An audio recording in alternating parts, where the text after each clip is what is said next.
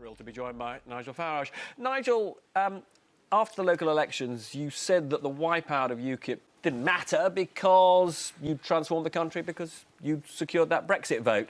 Not exactly loyal, though, to Paul Nuttall, your successor, was that? No, I mean, Paul himself said we were victims of our own success. I mean, you know, I led the party 4 years ago in those county council elections in England on a manifesto. We're bringing back grammar schools, getting Britain outside the European Union, controlling immigration and helping small businesses. And 4 years on, the British Prime Minister was running on exactly the same ticket and swept the board. So you got 4 million votes in 2015. What are you going to get this time? That depends. I mean, when she launched this campaign, and she said, look, trust me, I will deliver Brexit, but if I don't win, we will have this coalition of chaos that will effectively stop Brexit from happening. The number of UKIP supporters that contacted me and said, you know what, Nigel, this time we have to support Theresa May.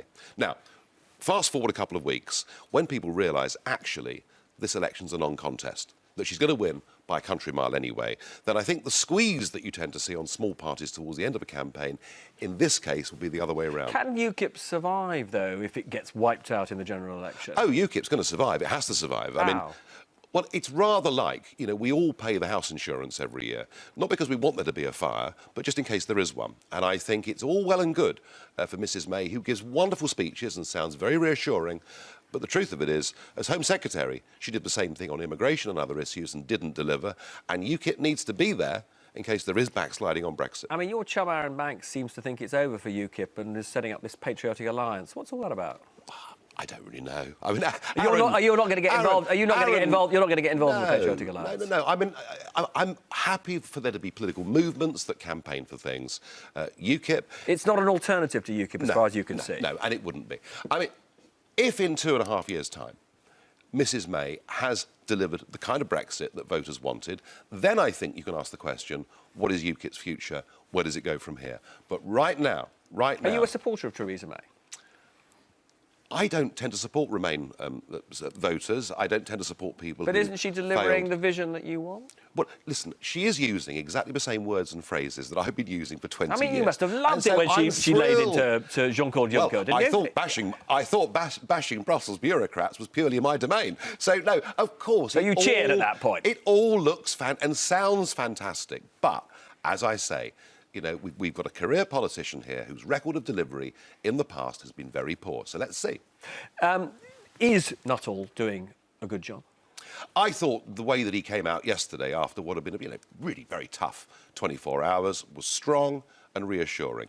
Look, it's difficult for him. It's difficult because the Conservative Party have taken our agenda for now.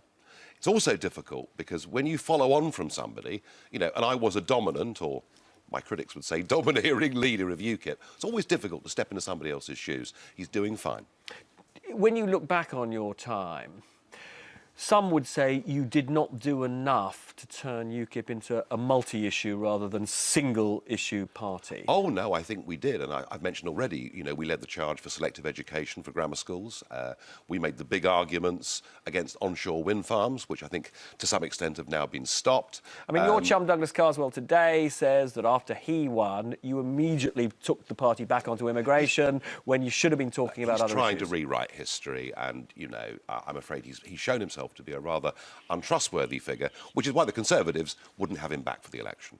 Now, we've also got another election just on the other side of the channel. And Anushka, I think you've got one or two interesting things to say about that. That's right, Robert. Well, Nigel Farage is, as we know, rather close to Donald Trump, the very outspoken US president who has had a thing or two to say about some controversial world leaders. Here are some of his comments. The North Korean leader, Kim Jong-un, is a pretty smart cookie, according to Donald Trump. The Turkish president, well, he gives him great credit. El-Sisi in Egypt has done a fantastic job. Vladimir Putin, a better leader than Obama. And Duterte, the controversial Philippines leader who once boasted about throwing a man from a helicopter. They had a very friendly conversation. Well, there is another controversial political leader in the news today, the French presidential hopeful Marine Le Pen, and in the absence of Donald Trump. I wonder if Nigel could sum her up in 3 words. 3 words on Marine Le Pen. She's the real deal. She is a proper, genuine Eurosceptic, and under her, the French National Front is not about race, but it is about sovereignty. Because I remember talking to you about Marine Le Pen only a couple of years ago. And I said, why aren't you sitting with her in the European Parliament? And you said you couldn't because there were, in your words, proper racists in her party. For 18 years, I have absolutely refused to sit with the French National Front. I still think that its roots are deep back in Vichy and anti-Semitism and all sorts of things. To be fair to her, she has got rid of her father. She's got rid of... So you trust Marine Le Pen, do you? She's got rid of many of the extreme elements. Do I think Marine Le Pen herself is an extremist? No, I don't. I absolutely don't. She stood down as president of the party to fight this presidential campaign. She's linked up with the conservative Eurosceptic Nicolas Dupont-Aignan, who's been my real French ally over the last 10 years. And not only would she be better for France than Macron, but better for Brexit Britain. Is she going to win? Marine Le Pen, I do believe, will become the French president. But however, today? I suspect it's more likely that'll happen in 2022 than today.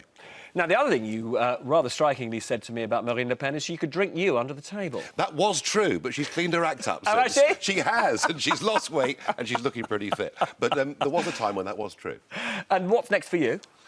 For me, well, I'm going to continue. I chose not to stand in this general election. The real Brexit action is not going to be in Westminster. It's going to be in the European Parliament. It's going to be with the Junckers of this world and everybody else. So I'm going to go on leading a group in the European Parliament.